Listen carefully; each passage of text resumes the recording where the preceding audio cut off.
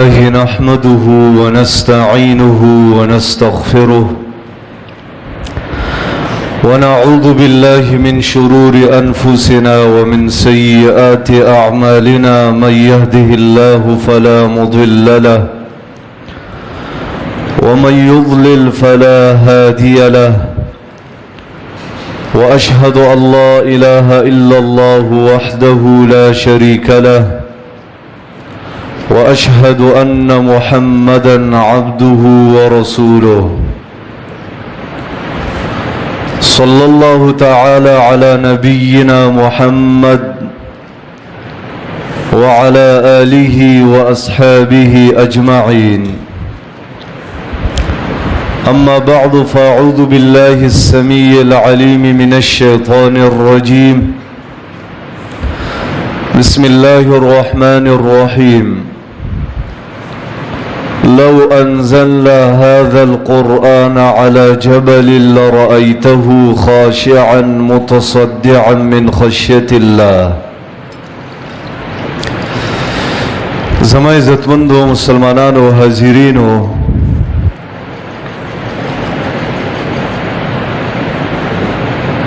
د انبیاء علیهم الصلاة والسلام مقصد هغه د انسانانو د زړونو اصلاح کولو. انبیاء چې څومره تیر شوي دي او یا څومره ادیان دینونه دي یا کم دین چې زمونږ د اسلام، نو دا ټول په دې باندې زور راوړي چې انسان بدن یو جسم کې یو ټوکړه ده، د هغې اصلاح غرض او مقصد دی چې د هغې اصلاح وشي. زمونږ د بدنونو کې یو ټوکړه د هغې ته زړه ویلی کېږي، قلب. عربی کې ورته قلب وی، قلوب جمع د قرآن کریم کې الله ډیر کرته ذکر کړي. او زړه ته زړه د دې وجې نه ویلی کېږي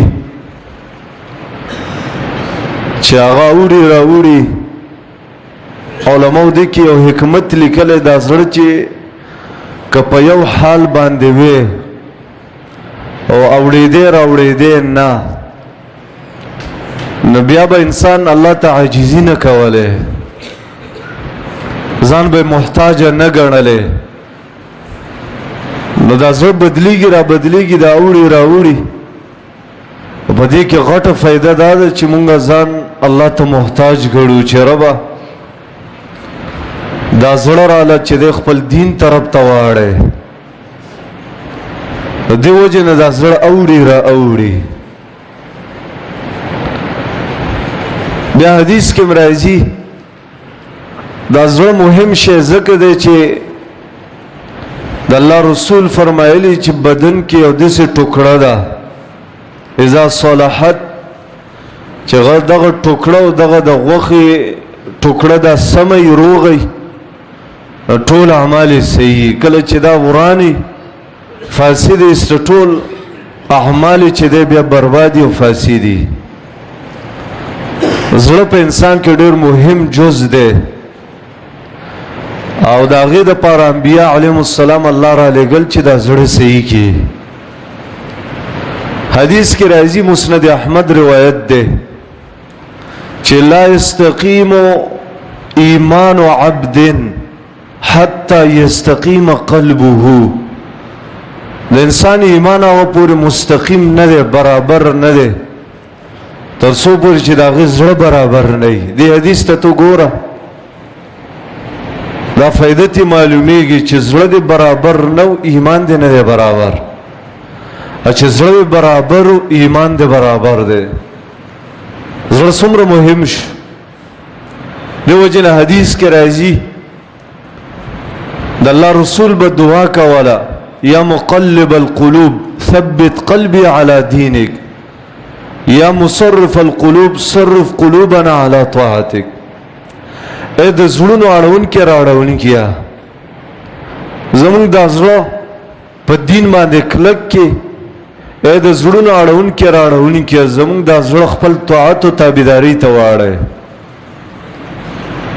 حدیث کې راځي صحابه وایي اے د الله رسوله دا دعا بار بار کې تا ته خو الله مخکیني رستنی ګناهونه معاف کړي دي. داسې ښکاري چې مونږ ته تعلیم راکې چې دا دعا ډېره وایي چې یا مقلب القلوب ثبت قلبي علی دینک. دا الله رسول ورته وفرمیل او زه دا دې دپاره وایم. بیا حدیث کې راځي نبی صلی الله علیه وسلم دا حدیث ویلو چې د ټول انسانانو زړونه د الله دوه ګوتو کې دي یقلبها کیف یشاء. الله اړی راړی څنګه چې وغواړي.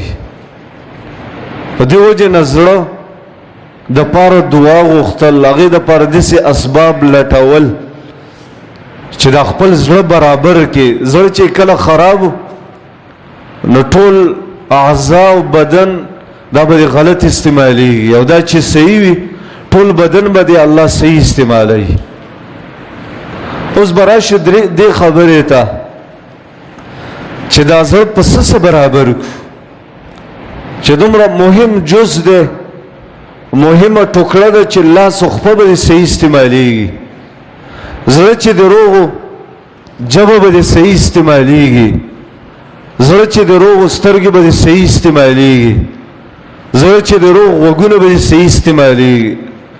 نو د دې زړه روغولو دپاره کومه دوی استعمال کړي سړی کوم اعمال اختیار کړي چې د هغې د وجې نه زړه روغ شي. دا ډېره مهمه موضوع ده. زه هم دا مرکزي موضوع چې د خپل زړه غم مونږ له پکار دی. دې نه به غافل کېږو نه ګورو چې په دې کې څه راتلل او یا په څه پې تېرېدل. غفلت کې زندگی به نه تېروو بلکې سوچ به کوو چې د خپل زړه دپاره کم اعمال او کم خبرې فکر سوچ هغه اختیار کو چې دې سره دا روغ شي او الله یې برابري کړي. دې وجې نه یو روایت د مسند احمد کې داسې دعا هم راغلې ده د الله رسول به ویلې ربه تا نه هغه زړه غواړو چې هغه سلیم برابر روغ زړی هغه زړه مونږ له راکړي. وګوره د الله رسول به دا دعا غوښتله. زړه برابرول دا ډېر ضروري عمل دی. اوس راشه دې دپاره اول سبب ابا مختصر بیان کو. ته زړه برابر کم نو زړه برابریږي د الله په کتاب په قرآن. زړه ډېر برابریږي. قرآن ډېر عجیب کتاب دی. دې ته مونږه محتاج هم یو او د دې نه بغیر بل داسې یو کتاب نشته داسې یو بله نظریه نشته دی چې په هغې باندې زموږ زړه برابر شي سوا د دې نه د الله کتاب دی قرآن کریم دی. په دې سره به مونږ خپل زړه برابرو. او دا چې وګورې قرآن کریم که نه نو الله قرآن کریم کې دا خبر ذکر کړې ده په مخلوقاتو کې بدترین مخلوق کم یو شیطانان جنات پیریان. دې پیریانو ته وګوره د دې پیریانو دا زړه چې الله برابر کړی دی په څه سې برابر کړی په قرآن سې برابر کړی. پیریانو خپل مشرانو لیږلي چې ورشئ تاسو وګورئ دنیا کې څه چل شوی دی چې الله مونږه بر اسمانونو نه بند کړي ملایکو خبرې نشي اورېدی. دا څه وجه ده؟ ځکه قرآن نه دا خبره معلومیږي چې دا پیریان دا جنات به بر اسمانونو ته ختل د قرآن د نزول نه مخکې او هغوی به خبرې اورېدې او کومې خبرې چې به یې واورېدې د ملایکو بیا به راتلل او د نجومیانو د کاهنانو ته به یې ویلې. کله چې قرآن نزول شروع شو الله دا بند کړ وحفظناها من كل شیطان الرجیم. الله دې ځمکو اسمان حفاظت مونږ د هر شیطان راوکو او هغې پسې الله یو شغله ملایک ورپسې کړي ځکه دا څوکیداران دي د اسمان نه یې پرېږدي. د پیریانو مشر وویل ځئ تاسو لاړ شئ. دا پیریان ګرځېدل ګوره شري مخلوق دی. بطن نخله کې نبی صلی الله علیه وسلم نه قرآن واورېدو. تو ګوره زړه بدل کو الله او په دې زړه باندې ولا اثر وکړو.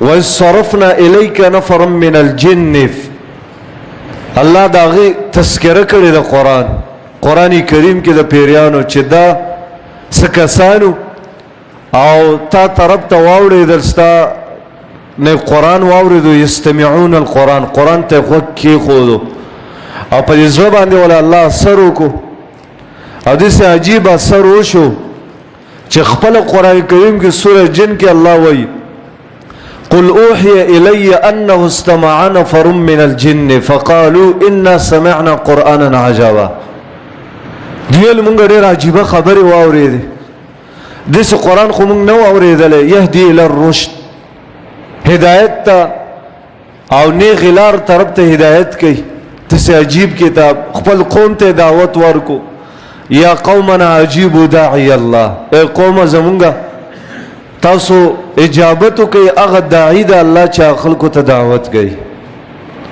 الله دې زړه کې انقلاب ولې پیدا کو قرآن د وجې نه قرآن یې واورېدو او دا ذهن کې کېنوئ قرآن ډېر عجیب کتاب دی چې دا د پیریانو غوندې زړه چې د هغې د شر والا زړه دی او په هغې باندې اثر کوي او داسې زړه د انسان چې په هغې باندې اثر نه کوي الله هغه زړونو ته خیرې قرآن کریم کې کړي دي فویل للقاسیة قلوبهم من ذکر الله د آیات ته تاسو سوچو کې دا ډېر د یېرې آیات دی زما عزتمندو سړی چې بالکل بصیرت سره وګوري د آیات نو یېرې پیدا شي چې هغه زړونو ته الله خیرې کړي الله یې هلاک دي شي هغه سخت زړونه چې قرآن په اثر نه کوي ذکر د الله په اثر نه کوي قرآن ورته بیانوي هغه په اثر نه کوي فویل للقاسیة قلوبهم من ذکر الله دی وجې نه خپل زړه به داسې جوړی چې تا ته دومره اندازه لګي چې د الله کتاب کله زه اورم ماله خوند راکوي زما ایمان زیاتیږي د الله یېره زما په دې زړه کې پیدا کیږي دغه سوچ او فکر به کوې غرض دا اوس به دې ته راشي قرآن داسې عجیب کتاب دی ګوره په داسې بدترین مخلوق او داسې سخت زړونو والا باندې اثر کوي د الله رسول صلی الله علیه وسلم طریقه هم دا وه چې غټ نه غټ کافر به و که نه غټ نه غټ کافر دا قرآن به یې پې ویلو د الله کتاب کې ډېر اثر دی بعضې خلک وایي یاره دا قرآن چې دی دا غټه غوښه ده عیاذا بالله دا وایي دا هر چاله نه ده ښه دا به هر چا ته وایي نه بیانې قرآن به هر چا باندې نوی وایي او هر څه څوک به یې نه زده کوي دا خبره بی بنیاده ده شریعت خلاف ده بلکې قرآن و حدیث چې مونږ وګورو که نه نو الله نبی داسې غټ غټ کافران چې هغوی زړونه هم سختو شپه ورځ به د الله د دین مقابله کوله او د نیکانو خلکو مقابلې ته راوتیو او سره د دین رسول الله صلی الله علیه وسلم به هغوی چې اول میلاو شو قرآن به یې ورته ویلو طفیل ابن عمر الدوسیو ګوره د دوس قبیلې مشر غوږونه یې بند کړي چې زه قرآن وانه ورم او د دې نبی خبره وانه ورم او د الله رسول ګوره کافر دی ډایرکټ پې اول قرآن وایي قرآن یې پې واورولو اثر وکړو الله یې په زړه کې ایمان راوستو کلمه د توحید یې وویله ایمان هدایت الله ورکو غټ کافر به نبی صلی الله علیه وسلم به پې اول قرآن ویلو ولید یو کافر دی شاعر هم دی داسې چلباز او دوکمار غوندې انسان و ډېر هوښیار و چالاک هم ډېر زیات او خلکو ته به ډېر چالاکۍ خبرې کولې رسول الله سلم له رالو یو ورځ خبرې ورسه کولې نبي سلم پې ټولو نه اول قرآن ویلو او حامیم تنزیل من الکتاب دا ایتونه پې ویل دا ټول ایتونه تر دې آیت ته چې راورسو فإن أعرضوا فقل انذرتكم مثل صاعقة عاد وثمود نو په دې کې ولید پاسې او د نبی سلم د خولې ته لاس وړلو چې نور بس کا چېرته ما باندې عذاب را نه شي منډې شروع کړي چې کور ته زه روغ ورسېږم ته ګوره غټ دشمنان چې به کوم که نه غټ دشمنان په هغې باندې به هم نبي صلی الله علیه وسلم اول قرآن ویلو دا ډېر عجیب کتاب دی قرآن کریم کې الله دا خبره ذکر کړې ده چې دا قرآن الله وایي که ما په غر نازل کړی وی که نه غر لو انزلنا هذا القرآن على جبل نو الله وایي تا به غر لیدلی وی لرأیته خاشعا متصدعا من خشیة الله چې د الله د یری د وجه به دا ذره ذره تله. دا خبر الله ولې ذکر کوي؟ اگر چې مفسرینو درې توجیهات لیکلي. یو دا الله دې نبی ته احسان ذکر کوي چې تا باندې الله ډېر لوی احسان کړی دی چې داسې اوچت کتاب او درون کتاب قولا ثقیلا داسې کتاب الله په تا نازل کړی دی. الله وایي که دا په غر ما نازل کړی وه به هم ذره ذره تلی وی. الله په تا نازل کو څومره لوی احسان الله په تا باندې کړی. دویم مقصد د آیات دا دی چې اصل کې مشرکانو اعتراض کولو. اعتراض په دې نبی په دې وجه کولو چې ګوره دا مخکینی کتابونه په یو ځل نازل شوي دي، تورات او زبور او انجیل، او په یو ځل تختی موسی علیه السلام ته ورکړی شو. په کار دی په یو ځل تا باندې نازل شوی، دا ولې لږ لږ نازلېږي؟ نو الله دا جواب وکړو که په یو ځل دا په غر باندې نازل شي که نه په هغې باندې نازل شوی وی لرأیته خاشعا متصدیا من خشیت الله. د الله د یری د وجې نه به غرم ذره ذره تلی. بل مقصد پکې دا دی دریم چې الله اصل کې مونږ ته تنبیه زجر را کوي او ییر را کوي چې انسانانو ستاسو د زړونه څنګه زړونه دي دومره سخت دي، د غر نه هم ستاسو زړونه سخت دي. وجه د هغې دا د غر الله وایي که دې له ما که چېرته بالفرض عقل او فهم ورکړی وی، پویه مې ورکړې وه دې غرونو کې دې کاڼو کې دې ګټو کې، الله که د انسان غوندې عقل او فهم اچولی وی او بیا پرې وروستو قرآن نازل کړی وی نو لرأیته خاشعا متصدعا من خشیت الله. د الله د یری د وجې نه به دا ذره ذره تلی. الله وایي انسان تعالی ما عقل هم درکړی، فهم مم درکړی، بصیرت مم درکړی، پویه مې درکړی، او سره د دې نه په تا باندې بیانېږي او اثر نه کوي. تاسو عجیب زړونه دي. نو دا اصل کې زجر دی مونږ ته چې خپل زړونه هغه د الله په کتاب باندې نرم کوي. ګوري زړه چې روغې د الله په کتاب سره نرمیږي، روغېږي، او د الله د کتاب نه علاوه په بل کتاب باندې سړی زړه روغولی نشي، ګوري جوړولی نشي. دا ذهن کې کېنوي زما عزتمندو. عمر رضی الله عنه په وخت کې سراج منیر دا واقع سوره فصلت سورت لاندې لیکلي. یو شرابیو سوره غافر و یو شرابیو نو عمر بن خطاب ته چا رپورټ راورسولو نږدې نو چې عمر بن خطاب رانیولې سزا ورکړه.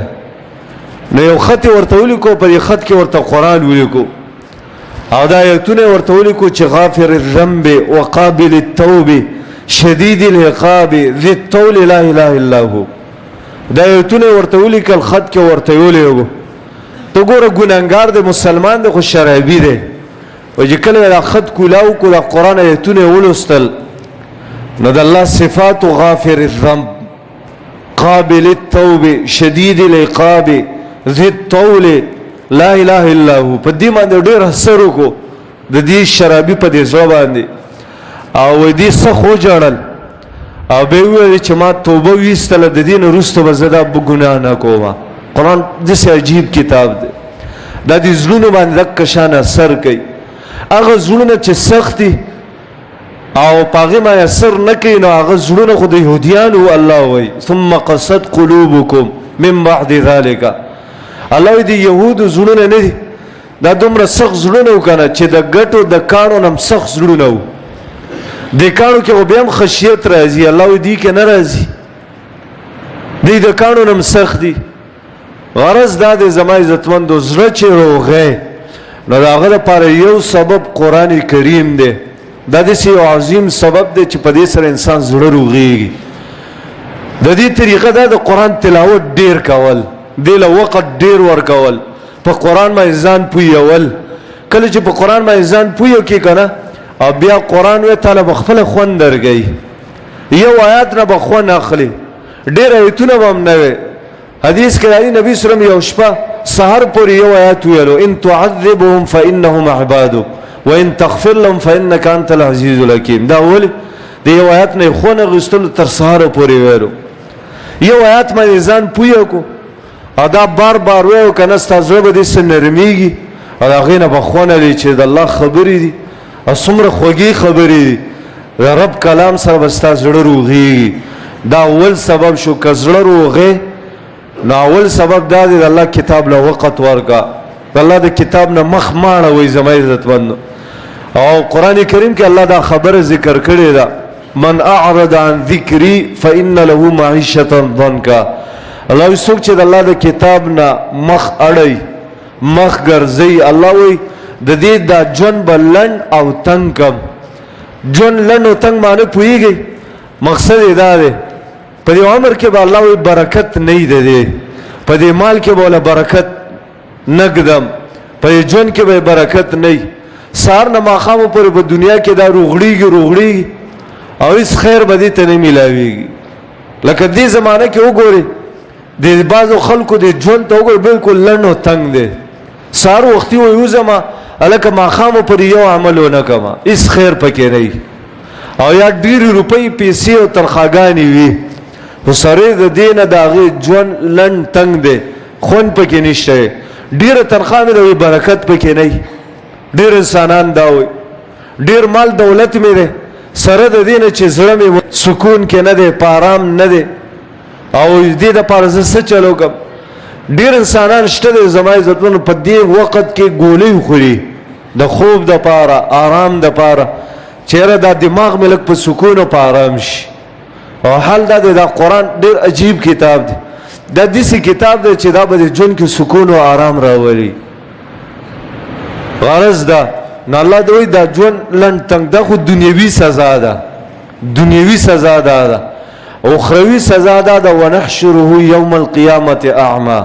الله قیامت کې به زړون پیدا کړ چې دا لون پیدا کی الله تبو رب لما حشرتنی اعما الله تازه لون ول پیدا کم وقد كنت بصيرا زما خو نظر لګیدو ربا او خسترګې می الله بو کذالک اتتک آیاتنا زما ایتونه درغلی نو تا تستا کلی کې قران بیانېدو ستا په کلی کې درس د قران کې درو تاغله وخت ورکولو ځان دې په پویا کړي چرته ورته ناس سوچ دې دا کړي چې ورګ خپل بچی راولم کینم ورته ته خو عظیم نعمت دې زما عزت بندو او د دې نعمت چې شکر مونږ ادا نه کو کنه دا نعمت مونږ نه اخلي او د دې شکر دا نه لګوري چې بس صرف دومره وای چې الحمدلله خدای زمون کلی کې قران درس کی دې صرف شکر نه دی چې صرف الحمدلله وای چې یار خدای بس کی شکر دا دی د قران چې تباغي درس ته کینی هغه له وخت ورکی که اولاد دی اولاد تربیت به پاغي باندې کې کمال الله درکړو د مال بر اخلي په قران باندې به لګي دې اصل کې شکر ویل کی نو که شکر دی ادا کو الله به دا نعمت سیوا کوي مرګري به هم سیوا کیږي او لږ به مرګري به سیوا کیږي او دا علم به هم ترقی کوي او علما خلق به هم ستا په کلي کې ډېر جوړېږي وخت په وخت کې به ډېرېږي د برکت دی د شکر او ناشکري دا ده چېرې بیانېږي بس پرېږده وخت ما سره نشته دی موږ سره دومره اوزګار نه یو چې قرآن ته کښېنو دا خبرې ته کې نو بیا به دغه نعمت دنه الله واخلي هغه نعمت داسې الله اخلي چې دا علما دي الله به بل ځای ته بوځي نورو ځایونو کې به بیا بیانوي که ته د هغې قدر او عزت نه کې او د هغې وقار د په زړه کې نشته الله به دې له توفیق ورکړي نور خلکو ته به یې بیانوي تا نه به دا نعمت الله واخلي نو کذالک اتتک آیاتنا الله وایي زما ایتونه نو درغلي ستا ځای کې قرآن بیانېدو او دې زمانه کې دومره الله سانه کړی د زم هغه حجتونه په موږ باندې سم قائم کړی دي باندې معنی موږ نشو کولای څوک دې څه باندې نشي کولای چې یاره دا تفسیرونه په عربی کې زه نه پوهېدم یا عالم او استاد عربی کې تفسیر کول زه په هغې باندې نه پوهېدم نه په هر ژبه کې تفسیرونه شته اردو کې پښتو کې علمای پښتو کې بیانوي په اردو کې بیانوي په انګلیش کې شته دی هر ژبه کې فارسی کې شته دی او تر دې چې کته کار کسب هم کې کنه نو دې زمانه کې دا غیر پاور اسباب راوتی دي اسباب دی ګوره موبایل دی لایف درس شروع دی ورګه زمون کلی کې درس شروع دی ټیک د اوس دکان کې راشه دلته واورم آلته زه حاضر نشم کولای دلته واورم داسې سوچ او فکر مونږ له پکار دی ځکه دا خو دلایل دي مونږ باندې حجت قایمیږي اوسګاره سي دکان کې ناست او خوا دې خوا ګوري په کار د سره تجارت هم کوي درس هم اوري میموري کارډ دي په هغې کې درسونه واچي د علماو بیانات شته دی درسونه شته دی د احادیثو درسونه شته دی سړی دا واچي دکان هم کوي تجارت هم کوي ډرایوینګ هم کوي او د قرآن درس هم اوري بیان هم اوري وعظ هم اوري نو څومره غټه فایده ده الله وایي کذالک اتتک آیاتنا معنی هم دغه ده زما آیتونه درغلي الله وایي ته هېڅ پروا نه کوله فنسیته تا هېر کړل پروا دې نه کوله او توجه دې نه ورکوله مال دې پې نه لګولو اولاد تربیت دې پې نه کولو نو الله وایي وکذالک الیوم تنسا نن ورځې مونږ تا هېرو هېڅ پروا په تا باندې نه کوو غرض دا دی زما عزتمندو دا ضروري ده مونږ دپاره چې خپل زړه روغو قرآن له به وقت ورکو زه کله کله ملګرو ته هم زه په 40 غنټو کې یو 15 منټه قرآن له ورکه خو خامخا په ځان باندې لازمه کا هر یو تن دې دا په ځان لازم کړي که هغه نارینه او که زنانه چې په دې 40 غنټو کې به زه یو 15 منټه قرآن راخلم انشاءالله راخلو به که نه 15 منټه څه شی دی یو ځای کې دا خبره ما کړې وه بیا یو ملګری ما سره میلاو شو وایي زه منشیتوب کار کوم منشي ما او دا 15 منټه ما ورکړل ابتدا کې وایي تا 15 منټه یاد کړه وایي من نماز شروع وکړه هره ورځ به 15 منټه ورکول به قسم خوړو چې هر ورځ یو سپاره تلاوت کوم ګور الله به خپل توفیق درکړي او دا بس ژوند دي چې سهار نه ماښام پورې دنیا ټیک د کار کسب هم دی خو کم از کم د الله حق هم دی زما عزتمندو قرآن به رااخلو داسې هم نه ده چې په دې روژه کې مونږ راغیستلی دی او بس د اول نه ریډینګ هم شروع کړی دی اخره پورې هلکه 2 3 ځله او 4 ځل مې وویلو او بیا چې څنګه رمضان تیر شي بس دا مونږ ټپ کو غلام تاو کو المارۍ کې کېدو او بیا دا قرآن نه راخلو دا ډېره غټه بدبختي ده زمونږ دپاره زما عزتمندو دا به صرف رمضان کې نه ټیک د رمضان سے تعلق ډیر دی د الله رسول خپله جبریل به ورته راتلو علیه السلام او په رمضان کې به ورته ټول قرآن ویلو جبریل علیه السلام طریقه و حدیث کې راځي چې کله د الله رسول آخري کال باندې وفات کېدو نو جبریل علیه السلام رالو 2 کرتې د الله رسول ته قرآن ویلو 2 کرتې ورته ویلو دی وجې نه د حدیث نه دا فایده معلومیږي قرآن په یو میاشت کې ډیر کرته ویلی شي ټیک د حدیث کې 2 ورځې ذکر دي او د رمضان سره تعلق ډیر دی د دې وجې نه علماو دا خبرې لیکلې ده که بالفرض چا د 2 ورځو نه مخکې په رمضان کې ځکه تعلق یې ولې ډیر دی د الله رسول ګوره په رمضان کې 1 کرت ټول او په آخره کې چې کله وفات کېږي 2 کرته د یو نه سیوا کو ځکه آخره کې وفات کېږي نو بیا سیوا کولم شي بار بار قرآن لوستلی شي لکه سلفونه دا نقل دی هغوی به د قرآن سره ډېر تعلق او په رمضان کې به خصوصي قرآن له ډېر وخت ورکول بل عبادت به دومره نه کولو دا عثمان بن عفان رضی الله عنه سیرت ما ویلو دا هغوی کې دې خبرې ته ورسېد عثمان بن عفان چې کله وی مړ کېدلو نو په دې ورځ باندې خوب د شپې لیدلی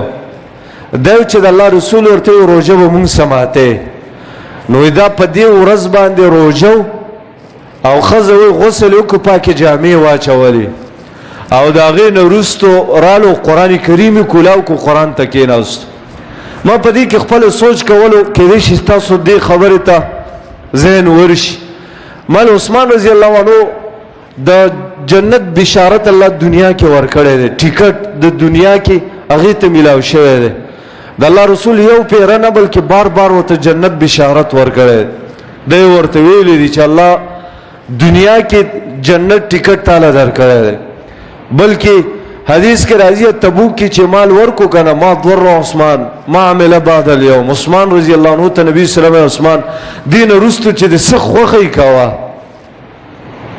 غرض دا عثمان رضی الله عنه ته ګوره پته و چې نن په دې ورځ ما زمرم مانت دی خوب کې یو بشارت الله ورکړو دې څه به وایو نو دی په دې ورځ باندې به بل عمل کړی قرآن ته ولې کېناستو؟ دې نه داسې معلومیږي د قرآن ته ناسته نه ده او قرآن له وخت ورکول دا یو عظیم عبادت دی په عبادتونو کې.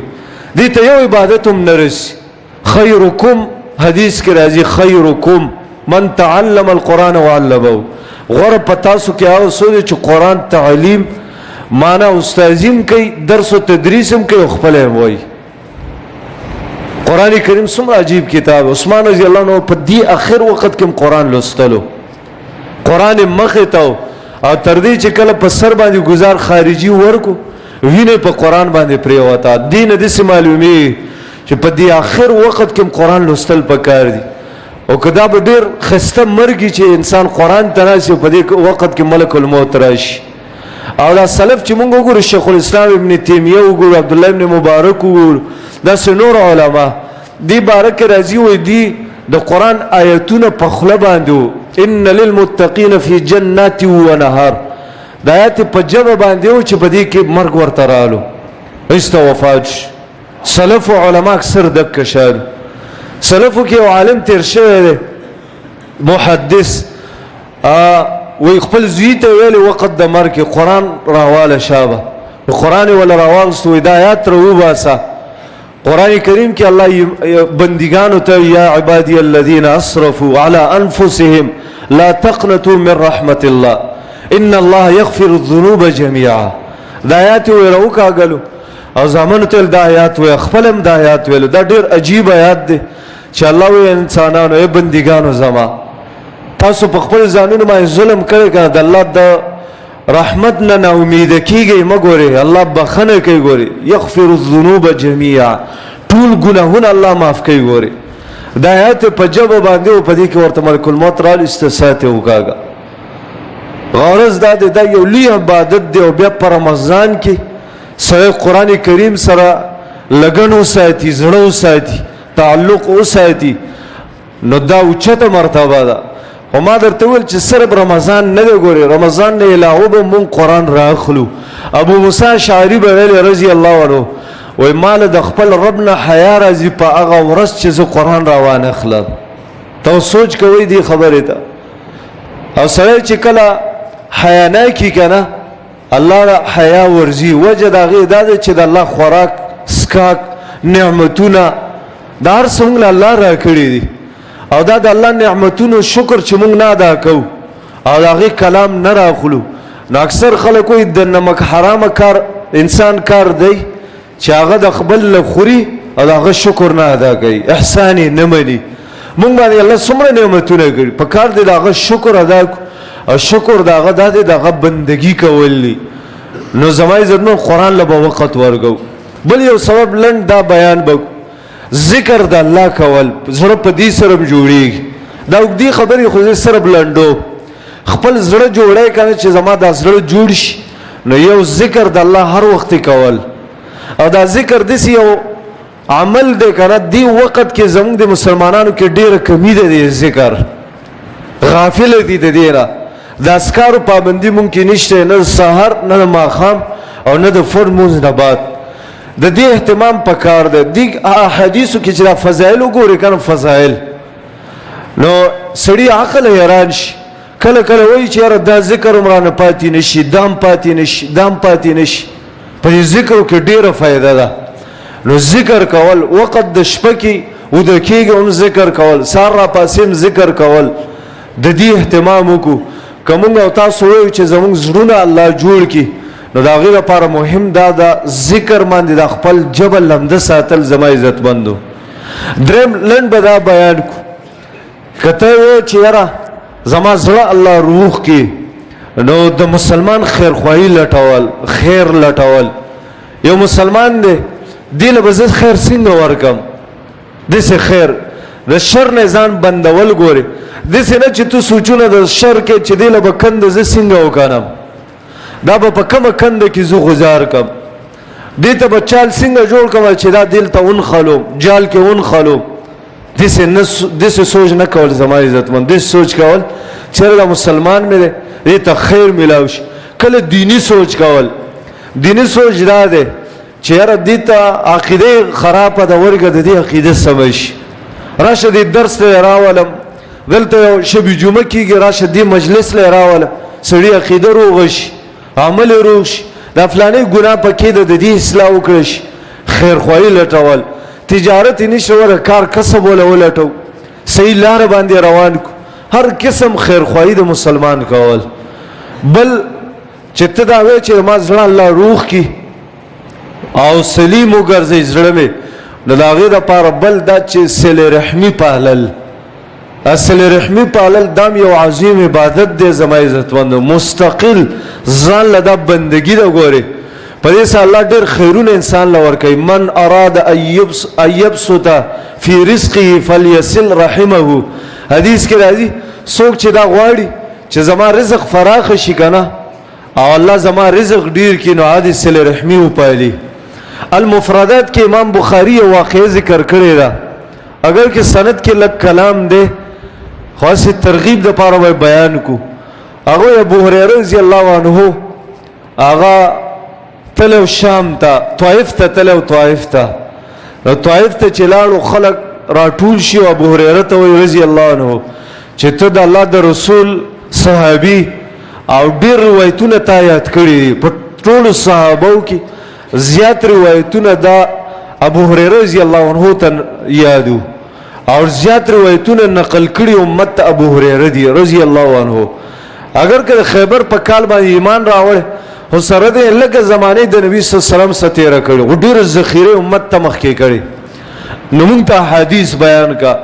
ابو هريره رضی الله عنه ورته سفر مې کړ ستړم او سبب په دې جامع مسجد کې ان شاء الله بیان وکړو، احادیث د رسول الله صلی الله علیه وسلم ورته بیان کا. سبب ډیر خلق غټه مجمع راغلی و، ځکه یو صحابي چې یو مسجد ته راځي زم هر سړی به ورمنډه وي چلته یو صحابي راغلی و هغه بیانوي او احادیث بیانوي. نو طائف چې کوم جامع مسجد و یا بالکل ډکو، ډیره دنیا راغلی و. ابو هريره رضی الله عنه چې کله بیان شروع کولو منبر کېناست نو اعلان وکړ زما یو شرط دی، په هغه شرط باندې به زه بیان کوم، کنی تاسو ته احادیث د رسول الله صلی الله علیه وسلم نه ویم. ټول خلک هم حیران شو چې زه عجیب شرط نه وي څوک پوره کولی نه شي. نو شرط دا بیان کو که په دې مجلس کې داسې یو تن ناسي چې قاطع الرحم وي، معنی صله رحمي پرې کړي، نو هغه دې زما مجلس نه پاسي. اله به زه تاسو ته حدیث بیانوم. په دې کې خلک خاموش یو نوجوان پاسي او نقاب والو دا صادری د مخ نه تاو کړو، دې لپاره څوک مې ونه پیژني. او وی ابو هريره زما یو ترور ده، هغې څه خو ما ورانه کړې ده، خو زما یو شرط دی زه ځم هغې سره روغوم، ته به احادیث د هغې پورې نه بیانې څو پورې زه راغلی نه یم، دا احسان به ته ما سره کې. ابو هريره رضی الله عنه ورته ویل زه صحیح ده. دا سړی لاړو خپل ترور له اواز وکړو، صله رحمي وپاله او صلح یې ورڅه وکړه. نو دې ترور ورته ویل چې څنګه اکدم اچانک رالې ناڅاپه، دا دې څنګه ناڅاپه راتللو کل؟ نو هغه ورته ویل دغه رنګ ابو هريره راغلی او دا شرط بیان کو. نو لاړ شه ابو هريره نه دا تپوس وکړه چې دا شرط مهم و، څه وجه وه چې دې د وجې نه تا ټول بیان بند کړی دی. کله چې نوجوان رالو دا تپوس یې ته وکړو نو ټولې مجمع په مخ کې وویلې ویلا حدیث کې وی راځي چې ما د الله رسول نه اورېدلی دي چې کله یو مجلس کې قاطع الرحم ناسي هغه مجلس باندې الله رحمت نه راوړي. او موږ چې دا مجلس جوړ کړی دی او حدیث بیانو دې دپاره چې الله په موږ باندې خپل رحمت نازل کړي. نو که په دې کې قاطع الرحم ناسي په موږ باندې به رحمت الله نه نازلوي. دې وجې نه ما دا خبره وکړه. صله رحمي پالل دا ډېر ضروري دی زما عزتمندو. احادیثو رڼا کې چې وګورې که نه ډېر عجیب خبرې راغلي صله رحمي باره کې. لنډه به داسې و د الله رسول داسې ویلي دي چې خامخا ورځه که څه اول خو څه وله ویسه که څه نه یې تش لاړ څه صرف پوښتنه یې وکړه صله رحمي پالئ. که چا بایکاټ یو دا روژه د مبارکه میاشت چا سورانئ د چا یو بل ته یو معافي وکړي، دا خپل زړه هم صفا کول ډېر ضروري دي زما عزتمندو چې الله موږ ته بخښنه وکړي. ابو دجانه چې کله مړ کېدو وایي دا مخ یې ځلېدو، چا ورته ابو دجانه ولې مخ خو دا وقت د مرګ کې ځلیږي نه بلکې انسان رنگ زیړیږي. نو هغه ورته د خاص یو عمل مې نه دی کړی سوا د دې نه که الله په دې باندې زما ګناهونه معاف کړي چې خپل زړه مې صفا کړی دی، چا سره مې بغض کینه حسد دا نه دی کړی. دې وجې نه زما عزتمندو خپل زړونه نو زه په دې سره مروغي چې د الله کتاب له وخت ورکول، ذکر د الله کول، دارنګې خیرخواهي د مسلمان لټول، صله رحمي پالل، او دارنګې مرګ یادول. مرګ یادولو سره د انسان زړه روغیږي. کله چې د انسان زړه خراب وي که نه او سخت نو په دې مرګ یادولو سره چې انسان مرګ یادوي. بل سبب دا دی مرګ یادول دا ډیر ضروری دی. مرګ چې یاد کې سره ډیر خیرونه پکې راځي، قناعت پکې پیدا شي. علما دا غي ډیر فائدې لیکلي، خو یو فائدہ واوره، قناعت به پیدا شي، صبر به کې پیدا شي. 10 روپۍ در سره او 1000 روپۍ در سره ته به دا ډیر شي. وجدا کسار مال مرګ رالو، اوس کډيري پیسې می ما سمانه پاتې شي، زبسکو دا 1000 روپۍ ډيري، دا 100 روپۍ سبا پورې ډيري. مرګ یادول دا ډیر ضروری دی. عمر بن خطاب رضی الله عنه هغه ځان سره یو تن ګرځول، ابي بن کعب تنخواه به ورکول، ادا به ورته شاو ما ته مرګ یادوا. کله چې ګیره کې سپین رال نو به چوټي ورکا، وې دا سپینه ګیره ما ته خپل مرګ را یادېږي، لہذا ستاد مرګ یادول واجت ما ته نشته. عمر بن عبدالعزيز بارک راځي، خپل مجلس به جوړ کړو او پاغي کې به علما راجمع کړو، شاو مرګ را یاد کړي. بیا به جړه شروع کا، علما ورته د مرګ واقعات ویل تر دې چې هغه به وجړل. تا به ویل چې یو لس مړي د عمر بن عبدالعزيز د کور کې شي، دومره جړه به کوله. د مرګ یادول سره د انسان زړه روغيږي. الله دې زموږ استاد زړونه روغ کړي او الله دې زموږ زړونه چې په دین باندې مستقیم او برابر کړي او مزو. الله دې زموږ زړونه خپل طاعت او بندګۍ طرف ته واړي. الله دې زموږ حاجتونه پوره کړي، مشکلات دې الله زموږ حل کړي. کم بیماران دي الله دې شفای کامله ورکړي، او کم مشران کشران وفات شي الله دې مغفرت نصیب کړي. او د رمضان کې څومره عبادتونه مونږ کړي الله دې دا ټول مونږ نه قبول کړي. قبولتیا ډېر ضروری شی دی چې عمل قبول شونه دا کامیابی ده. الله دې زموږ نه دا عملونه قبول کړي. ربنا تقبل منا انك انت السميع العليم وتب علينا انك انت التواب الرحيم. وصلى الله تعالى على نبينا محمد وعلى اله وسلم.